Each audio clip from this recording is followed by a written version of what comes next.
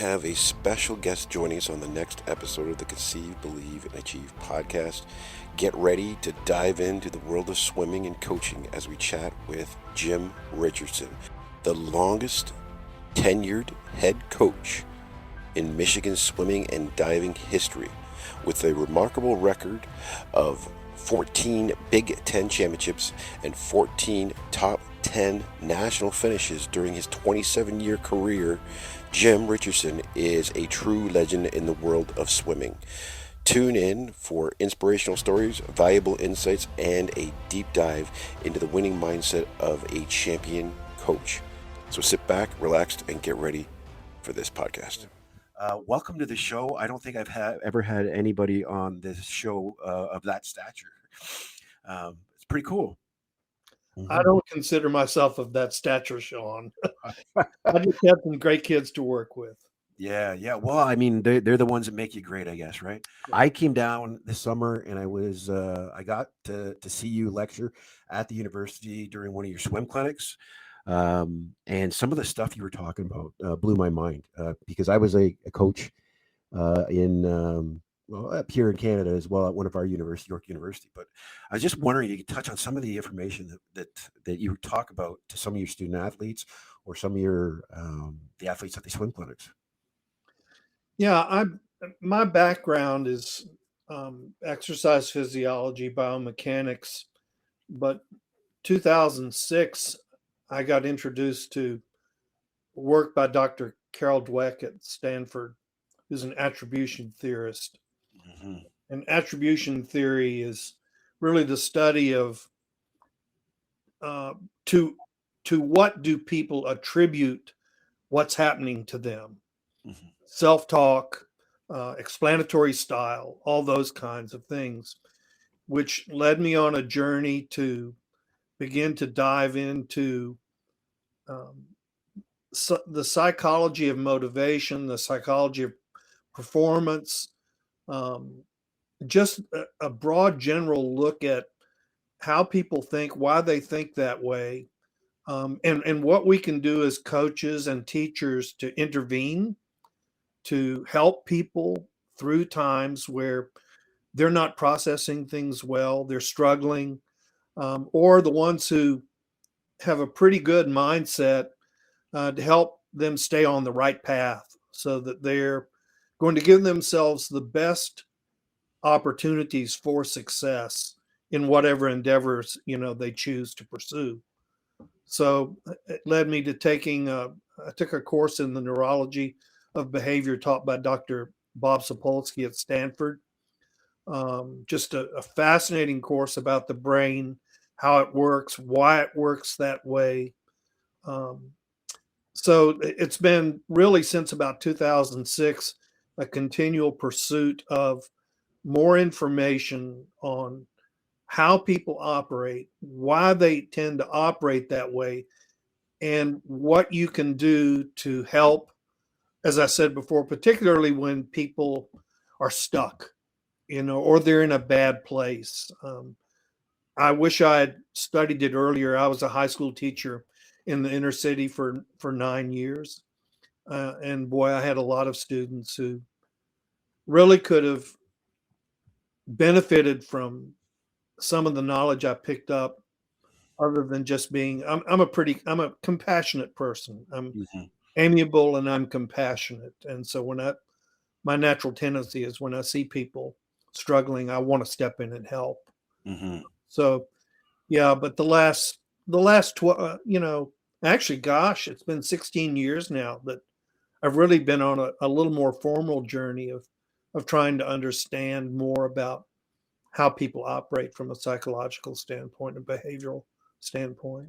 I've been in these communities and I've seen, what's happening.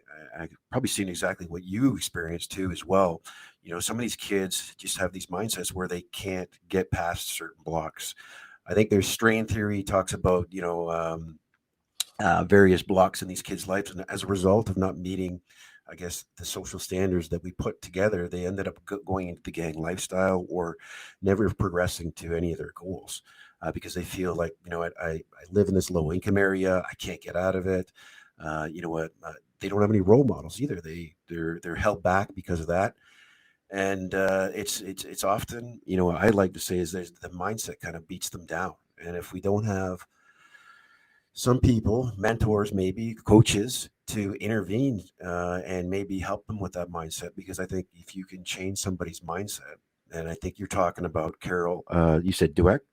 Carol Dweck. One Yeah. of the books that you recommended, you sent me a list of readings. I've only got through two of them so far, but I think that was her first book. No, that was the first book I got through, was the mindset. Very profound you just kind of, when we talk about it here on the Engage 416 live stream sometime, where we're talking about how that equates with some of these kids.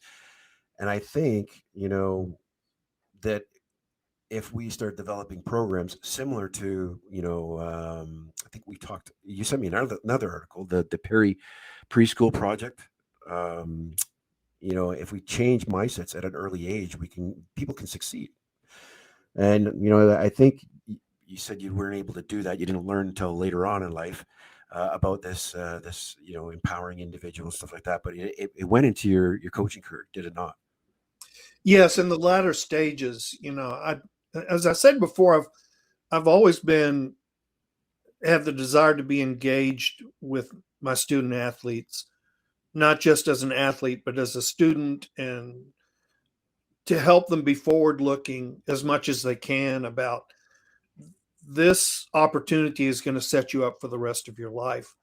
So yeah, I've been that way always, but not having really the formal education or semi-formal education to back up that caring with, okay, here are resources, these are some things you can do that are research based, that have been implemented and have had degrees of success. So that was really started about 2006, if not a little bit before. Yeah.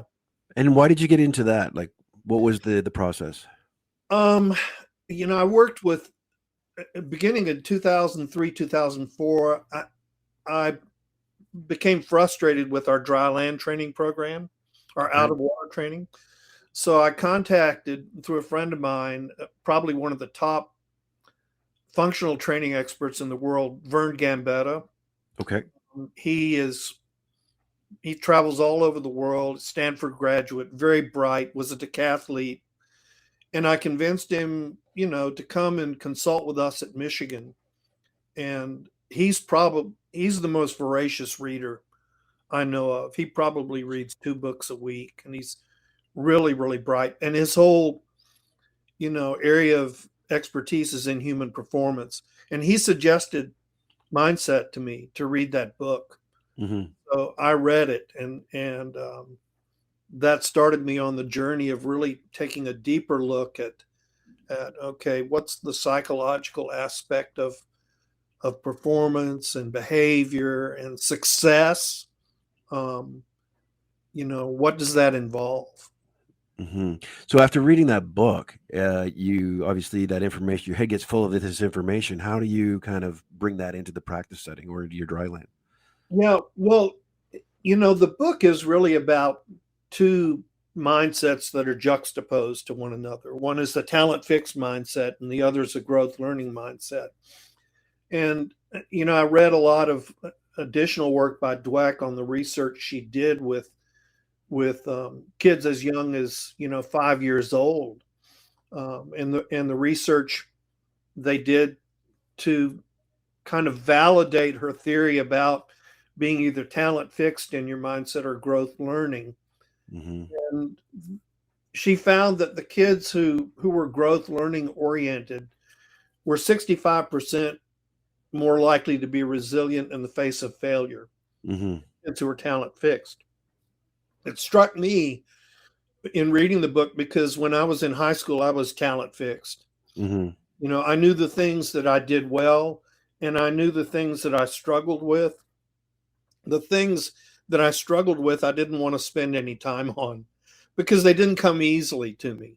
Yeah. And the things that did come more easily to me, those are the things I gravitated towards. So there was an avoidance of things that were difficult, that required more studying, and I recall a conversation I had with my math teacher after my junior year, and I had advanced placement B my junior year in high school, which was calculus and everything that went with it, with introductory calculus, and I never did my homework.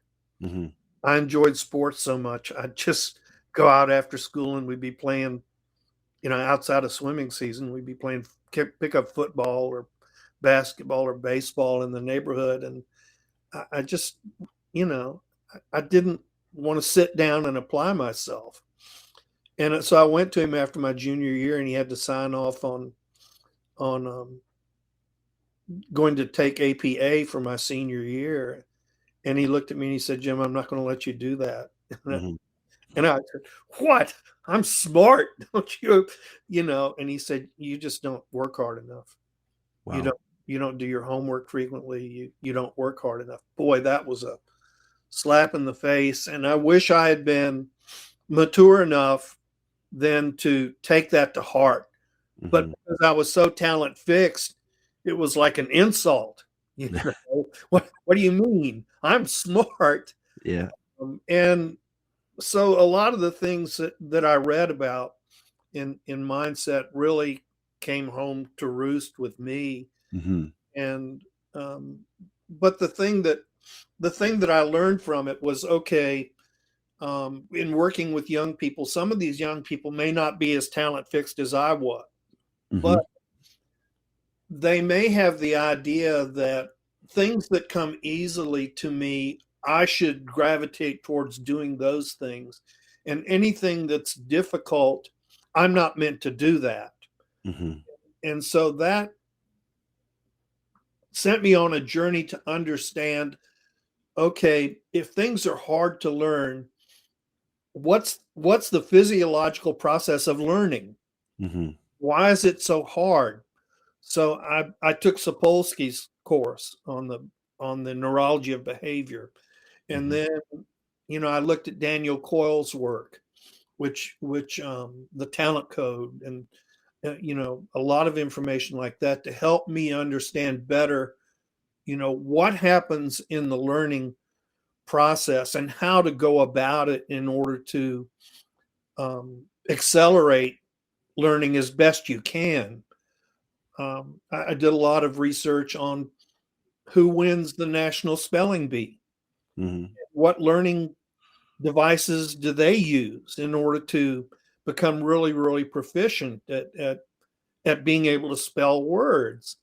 So it led me to understand also. I did some more work with Dweck in trying to understand, okay, well, how do kids transition from being talent fixed to growth learning and being more resilient? Well, the basis of that is understanding how I learn, Mm-hmm. understanding how we learn and what happens in the brain when we learn.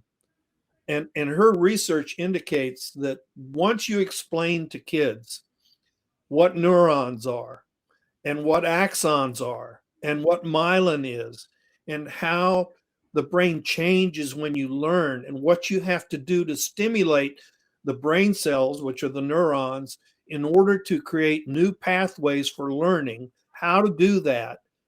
Kids who understand that process, now they've got an answer of why I'm struggling with this, why it's so difficult for me. Sometimes it's genetic. Sometimes, and we all know this. I mean, if you've got, parents and grandparents who are great musicians, some of those grandchildren are going to become really good musicians because that gift is passed neurologically in the brain, to generations, just like eye color and hair color and, skin color and personality traits. But those types of quote gifts you can't see. They're not external. They're located inside the brain. And unless you've got a brain scan to be able to look at the degree of connectivity in different parts of the brain that are responsible for different things, You don't really know, other than, when we're in school, in class, we all know who the really smart kids are. I mean, Mhm. there's some kids who are kind of smart, but there are some kids who they're really, really smart. And it's usually because they've been given a gift in the brain of having a lot of connectivity for whatever it is they're gifted at. And the ones who are gifted, who work really hard also and study, get out of their way. They're going to be, in athletics, they're going to be the world record holders. In science, they're going to be the people who do major breakthroughs. So, yeah, once I began to dive more deeply into, okay, how to affect this change from talent fix to growth, and what kids need to know initially in order to make that transition. They just need to understand, to me, why I am where I am. Mhm. Why am I where I am? Why do I struggle with this? Why is this hard for me? And when they have an understanding of how the brain is wired and connected, um, then they go, oh, and they need to understand that, okay, if I practice a lot, rote repetition, doing it the right way, my brain will change. Mhm. It will change, and I will gain a lot more connectivity. It's called axon growth and myelination. And when that happens, you become kind of good at something, and then better, and then better, and then it becomes what we call autonomous. You do it automatically. You don't even have to think. That's when you get stimulus, you respond to that stimulus automatically. Now, if you've been reared a certain way, and you get a certain stimulus, and you've been reared a certain way, you're going to respond automatically, and sometimes that's not good. Sometimes it's not good, but it's just how the brain has been wired, based in part on your genetics somewhat, but Mhm. probably more in terms of behaviors on how you've been reared in the environment you've been living in from the time you were really, really young. Mhm. And I seem to recall, and I might be mixing up the two books that I've finished on your recommended reading list, but some of the mindsets, are actually implanted by some of the environments, right? The fixed mindset can be planted by just the way parents act, or the way they praise their children. Exactly. Yeah, Yeah. so I mean, I found that very interesting, and I noticed when you were lecturing some parents at these clinics, that you had a message to them too. Yeah, the whole idea of praise, it's so natural for a parent from the time, a child is born, to praise physical attributes, to praise outcome, um, to praise accomplishments. And they don't praise effort as much. They don't praise attitude as much. They don't praise things that are really malleable and changeable. Um, there was a study done on Olympic swimmers in the United States. One of the questions they asked them was, "What what do you prefer your parents to say to you?" And the answer was, after a race, the answer was, "I love to hear them say, 'I love to watch you swim.'" That's it. That's, "I Wow. love to watch you swim." Hmm. Um, and that's all they wanted to hear. In coaching, we can, especially in a sport like swimming, because it's time oriented. I mean, it's an objective standard. To qualify for this meet, you have to go this fast. It's not about beating somebody else. It's about competing against the clock. And so whenever somebody achieves a standard that, you know, allows them to go to the next level, everybody gets really, really excited. But we don't spend as much time talking about the process that it took to get there. The determination, the resiliency, overcoming obstacles. When parents let their children know how much they appreciate their effort, how much they appreciate their resiliency, how much they appreciate their compassion for teammates who are struggling, how much they appreciate attributes in their children that can be changed and grown. And and the research is pretty clear that when you have those kinds of attributes, you're going to draw people to you because people want to be around people like that. Mm-hmm.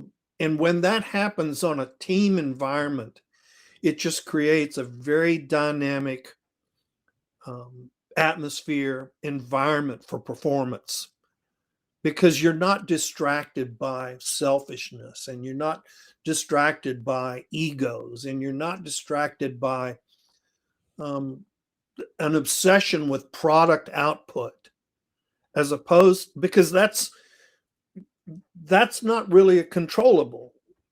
You've heard it before, control the controllables. Well, what are the controllables? Well, it's your attitude, it's the effort you're going to put forth, and then it's identifying the things over which you have some control, and then assessing, I'm going to prioritize these, and I'm going to work to improve these things. And that's either psychologically or physiologically, but that's how you get better.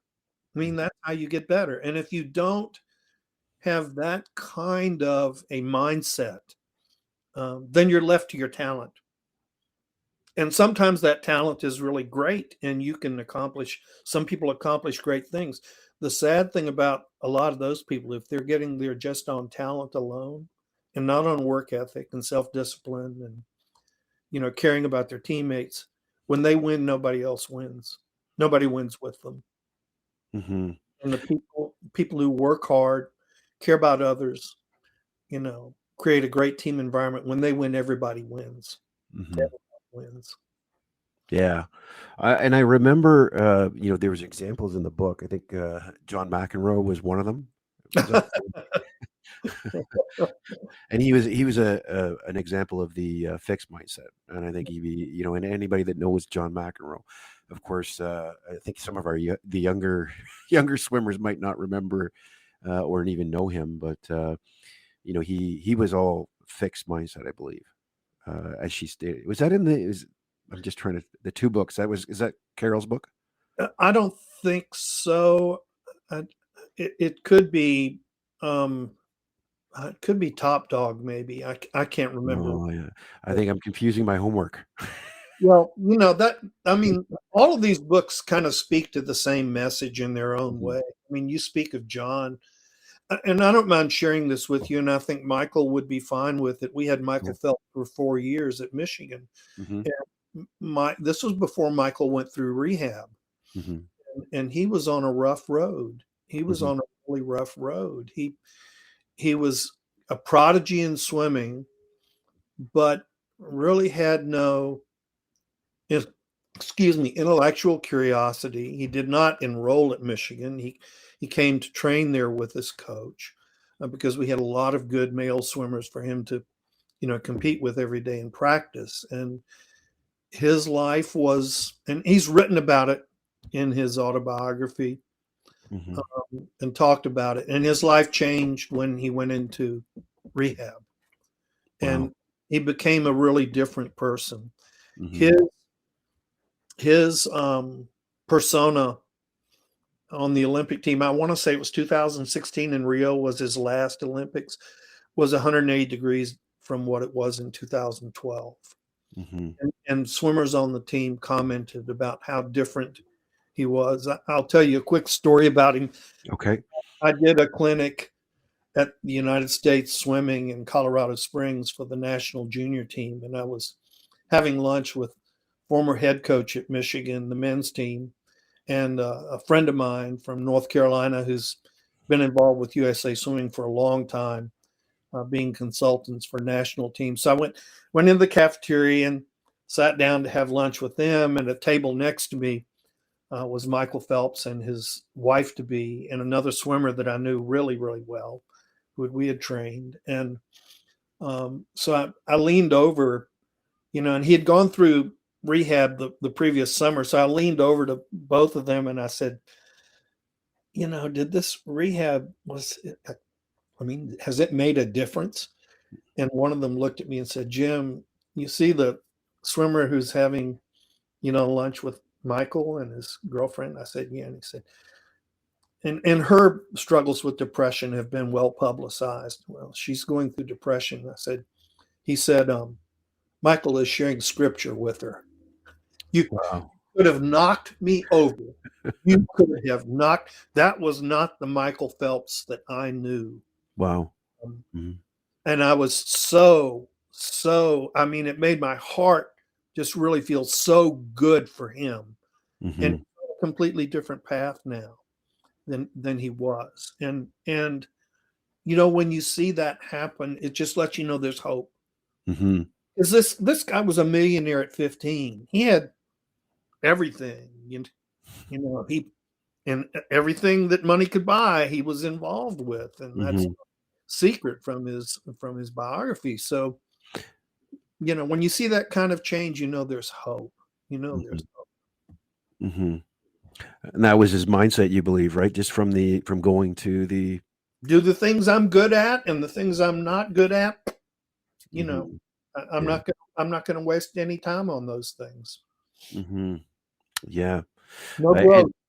No growth. Yeah. And, like I think we were talking, Carol does mention in her book about how that can stall an athlete's performance. And I think that's a great example of what you're talking about. You have that fixed mindset where, I'm not going to try anything else. And, that can, transfer over to real life, right? Like it doesn't have to be athletics. It can be other things. And I think some of the kids in our neighborhood, like we talked about earlier, that's the mindset they have. And sometimes they have to have an awakening, whether it's through a coach, a mentor, or just experiencing it themselves. And part of the reason why we do this podcast is hopefully we can catch the attention of one of these kids and just change their life, change the trajectory of their life. Man, the support of parents is huge. And when we're talking about the right praise and the wrong praise, you talk about just the encouraging part, the effort, encouraging the effort, and not focusing on the results is so. I think that's a huge change for a lot of parents. How do you encourage that within your coaching position? Well, when I talk to parents, I ask them to kind of self-check on how do you praise your child and what do you praise them for.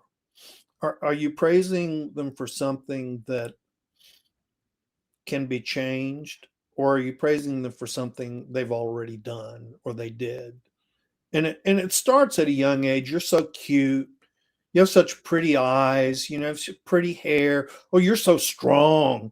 You're this, you're that. And what you're doing is you're praising genes. You're just praising their genetic makeup.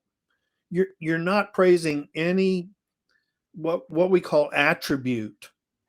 Your ability to be compassionate, your ability to be responsible, your ability to do the right thing, your ability to tell the truth. Those are all attributes that are, they've been proven statistically through research to be key elements to success in life. The research that you saw that was really about the importance of EQ as opposed to IQ, and starting with that at a very young age. I'll tell you a quick story. My youngest granddaughter, she came out of the womb energetic and full of life. And as soon as she learned to walk, she had an older brother and an older sister. She used to grab their favorite toy. She had her own room, and she would run into her room and lock the door and throw the toy under the bed. and of course the brother or sister would come running after and pound on the door and be yelling, "She took my no no no no," and so I shared an article with my daughter, called "No More Timeouts," and it's kind of using cognitive behavioral therapy with with your child, and instead of sitting them in a corner in a chair, which she did from times I had to, especially a lot with this one, let her sit there and think about it. Well, what's she going to think about? She's going to think about what she not the implications of it. Just Mhm. I did this and it made them angry and that was fun. But when she began to do, sit down with her, and it takes time. I get that. You got 3 kids, and you've got to sit down with them and take time to do that.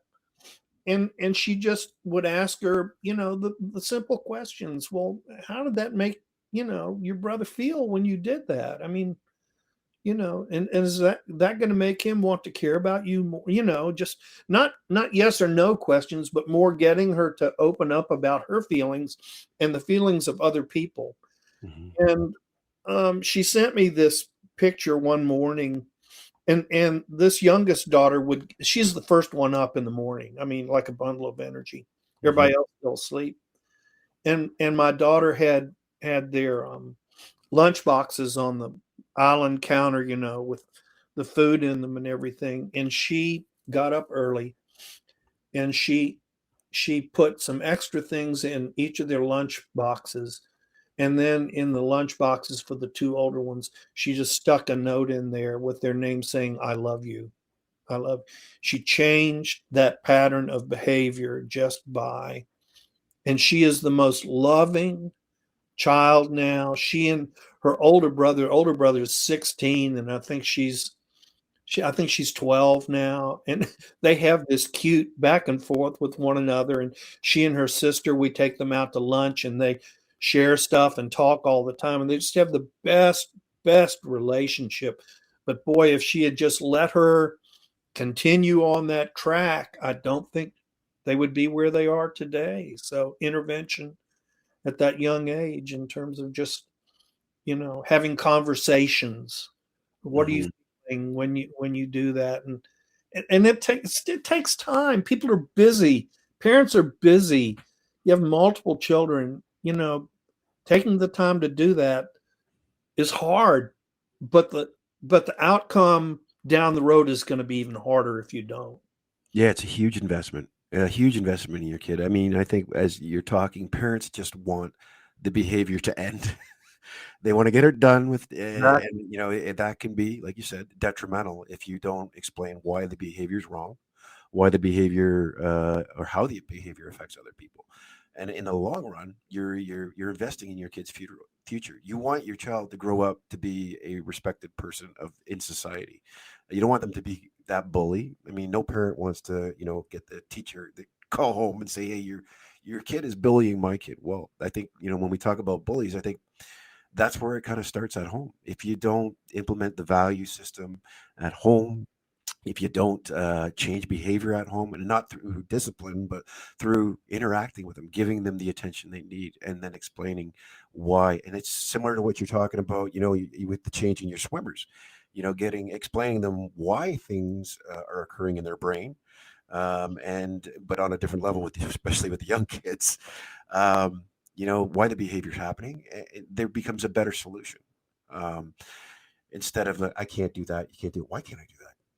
It's like you said, it's an easy out for the parents, and it's a lot of work to do the other thing. And we always shy away from a lot of work because, again, the mindset that you spoke about is, what, that's too hard. I don't want to do it. So it kind of transfers into the whole theme of what we're talking about already. Um, Man, and then to go into the segue of the article that you talked about of developing children is so important. You sent me an article on, I don't think it was particularly on the Perry preschool project, but it mentions it. It was a project that happened in Ypsilanti, and it was a carryover from something like that. Maybe you could tell the viewers a little bit about that because it was pretty interesting, and it relates to what I do up here in Canada in our some of these marginalized neighborhoods.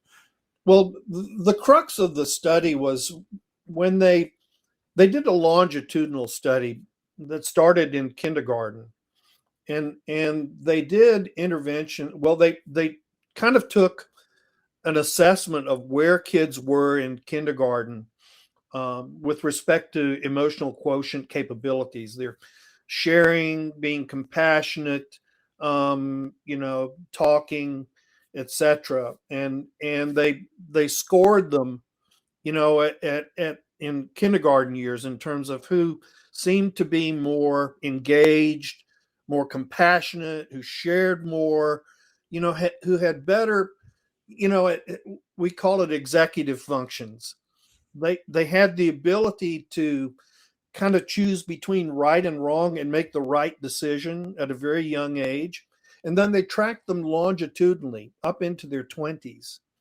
And they found that the kids who had a higher, well, let's just call it an EQ, even in kindergarten, higher GPAs in high school, all through school, less problems with the law, less discipline problems, more successful in their early 20s in whatever they chose to do.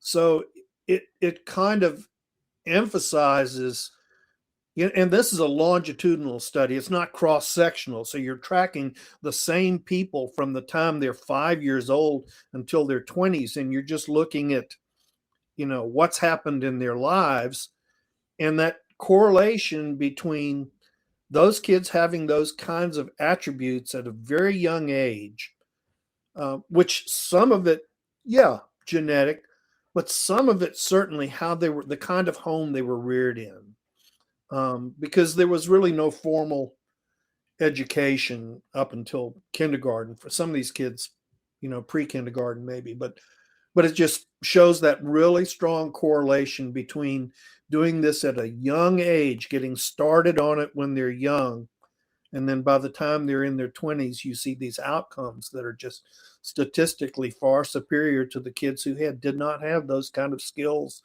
when they were 5, when they were 6. So, you know, intervening, the intervention word is kind of, we tend to think of it as intervention for drug problems and the like, but, Mm-hmm. you know, you're really intervening with them from the time they come home. And you have to make a decision. What are my conversations going to be like? Do they need to know that they're loved? Do they need to know that they are loved? Because that's everybody on this planet needs to love and wants to be loved.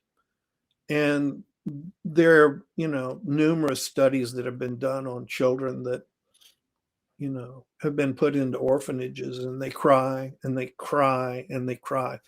And after a while, they stop crying. They stop crying. And the brain changes. The brain changes. And that's heartbreaking. It's Mm-hmm. heartbreaking because for some of these kids, they're not going to be able to overcome that. You've got a good window until they're about 9 or 10, a really good window. But after 10, it's harder.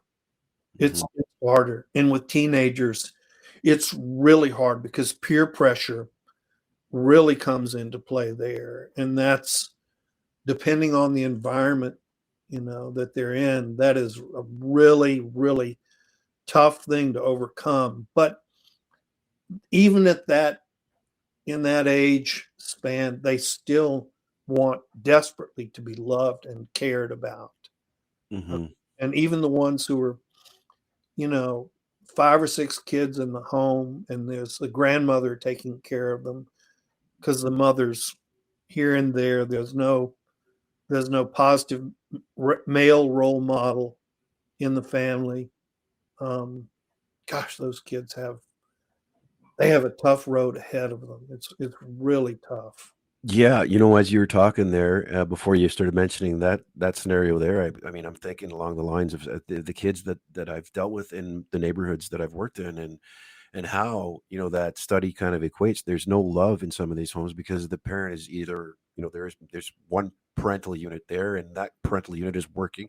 There's nobody to really love them at home, so they go out the streets and they get the attention of the streets, and then they become this hardened individual because they've never felt love at all. And then the minute somebody, a teacher, a coach, a police officer shows them any attention, it's pushed away and it's harder to get through because they've built that exterior shell because they don't trust anybody. They don't believe that love is exists in some of their worlds, right? And it's frustrating, and I think the path that it goes down it can be fatal sometimes, especially with these kids. It's if not acutely fatal, chronically fatal. Yes. I saw it in a lot of the girls. Mm-hmm. They never experienced a healthy love relationship from a male parent. Mm-hmm. And so when they 12 years old, they start seeking attention and what they think is love. I had 15-year-old boys who would be in my classes and they would pull out their wallets and show me pictures of the babies they had fathered at 15. Mm-hmm. And it's just heartbreaking because those girls who fell victim to that got caught in that spiral and Mm-hmm. trying to get out of that when she had a baby and she had a baby and I've got and it's every now and then you'd have a grandma come to PTA night, Mm-hmm.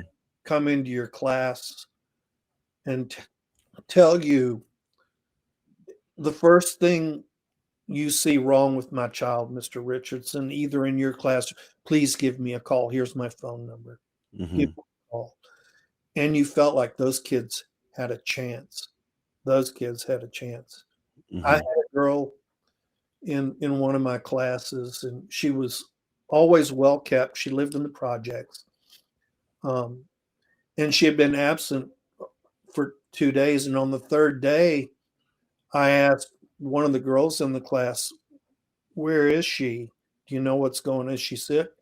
And one of the girls said, "Mr. Richardson, she got shot."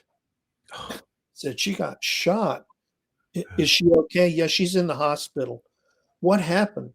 Well, she was doing dishes in her, apartment up in the project, and somebody shot her through the screen door. Why would somebody do that? And the girl looked at me honestly and said, "She's just too white, Mr. Richardson. She's just too white." Mm-hmm.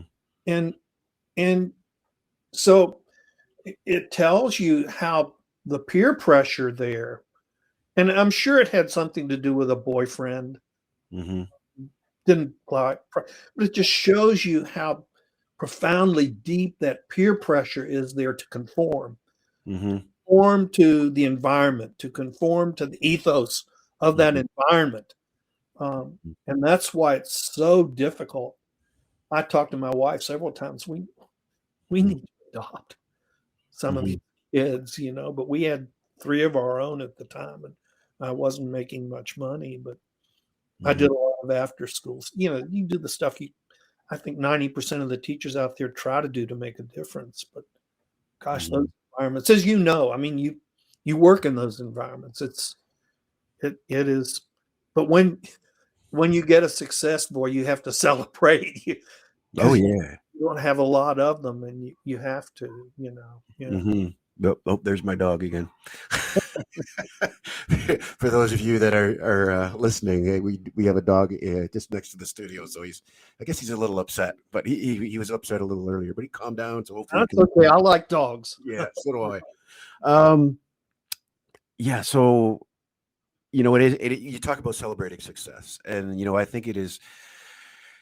Some people get discouraged because they can't help as much, but sometimes it's just that one person and affecting that one person's life and making them and showing them the way, inspiring them to get it while facing adversity. Like they face this adversity of living in a community or living with some sort of malevolent activity happening in their. Maybe they experience this shootings every day, in the neighborhood. Maybe their kid was shot. Maybe they're or died of a drug overdose.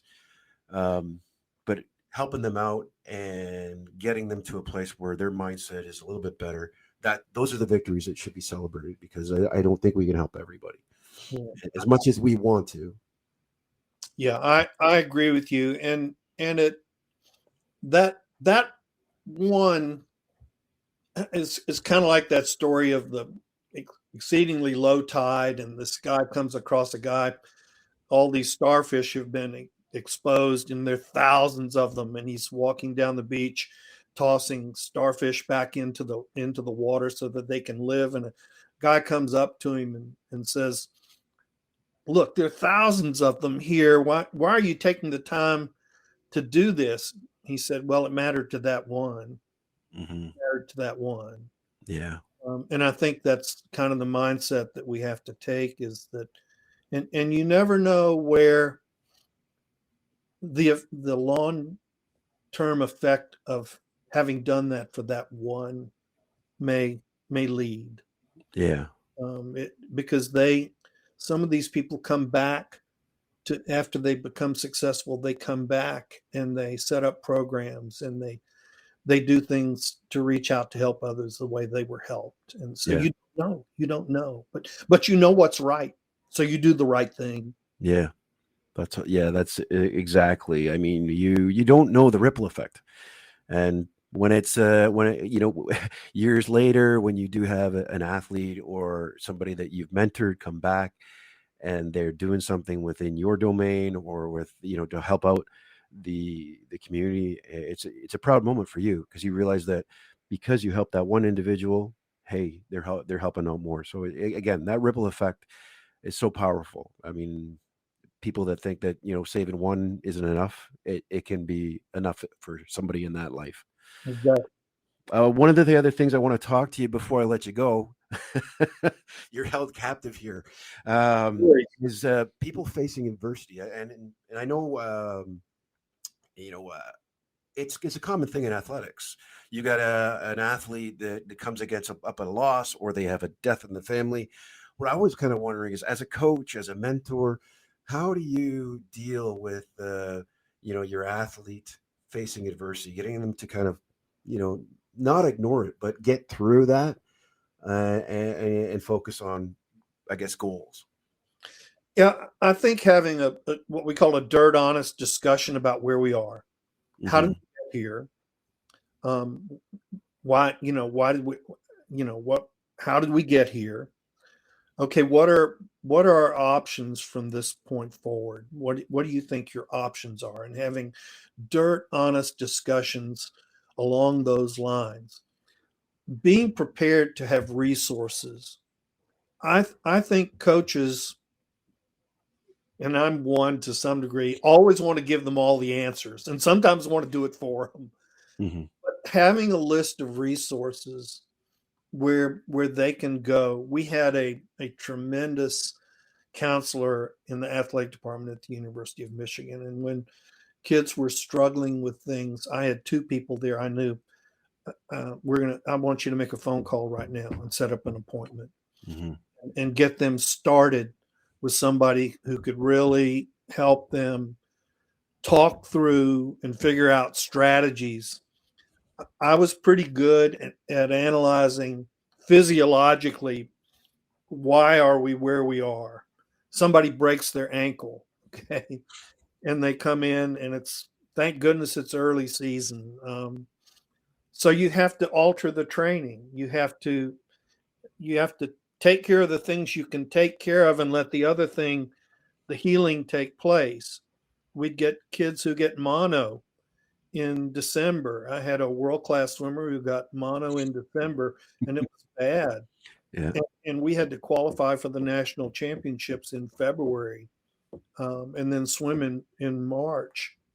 Um, and but I have a lot of, my background is exercise science and periodization, and I keep records. I've copied every workout, is then stored in my computer, and I have two or three people that are exercise physiologists, as well as some MDs, that I can get on the phone with and go to them and say, if you were in this position, well, Jim, monitor this, have their titer looked at, this frequently, etc. So you know where they are in the healing process, and then adjust your training accordingly. And this particular swimmer swam lifetime bests, after mono, a month and a half of training after that, and then did even faster at NC2As. But that, if I didn't have those resources, um, it, when you're in coaching or teaching, parenting, um, find some go-to people who really they know what they're doing, um, and and just get to know them. And the ones who are great people, they'll respond. I mean, I was afraid to call Vern Gambetta. Boy, he responded immediately. I've corresponded with Dr. Angela Duckworth, who wrote Grit, at University of Pennsylvania, and she's in Martin Seligman's institute there on positive psychology. And and I've benefited from so many of these people's abilities and their willingness to help and share with you. And, well, I had this and I did this and it worked out well. You might want to think about this, and I think as coaches, and particularly as athletes, a lot of times we feel like we've got to do it ourselves, that asking for help somehow is a sign of weakness. And you can't know everything about everything. Nobody can. So when you get into those situations, having a group of go-to people that you can will give you the best information that they can, and these people are all givers. They're not takers, they're givers. They want to help others. And so that's been the plus for me, is figuring out, and I didn't have to figure it out all by myself. I've been on the phone twice this week with one coach emailing me about what we're building. We've built this certification program for U.S. swimming coaches, but he wants to know more about, and he's brighter than I am, wants to know any of my resources for prepubertal exercise physiology training of kids. And I have 3 people that here touch base with these people. They know more than I do.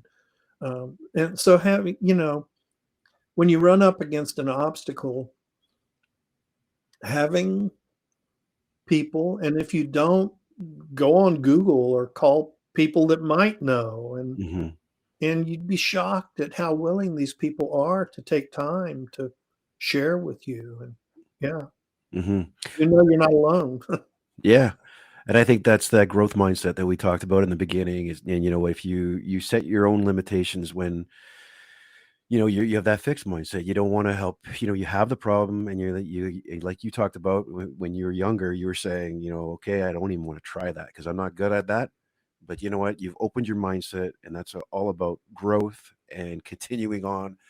And that's by reaching out to people you're growing. Man, Jim, it has been great talking to you. I want to thank you for your time. Uh, and I want to thank you for sending me all the books, the homework ever as well.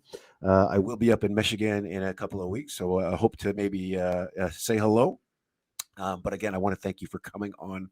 What a fantastic podcast, and I'm sure some of our guests are going to have a few takeaways. One of the things I do is I do recommend reading on my podcast, and I put up some of your books as well. So I know that some of the viewers that are viewing these podcasts are actually reading some of the books you recommended. So thank you so much. Well, I was going to tell you, if they don't want to read, just go to YouTube and type in the author's name, and they do presentations. So a lot of TED Talks and things like that, and you can just, save it and play it later. And when you're driving, use that time as time to learn. Yeah. Yeah, and tell you the truth, I was just watching one of those not watching it, but listening to it in the car as I drove this morning. So they accompany the reading as well. But like you said, if you can't read, those are the things. And what I will do is I will recommend that. I'll put that up, those links on my social media accounts, and I'll say recommended reading by Jim. So we'll There go you from there. You'll get the credit. Thank you again. You're welcome, Sean. Looking forward to seeing you.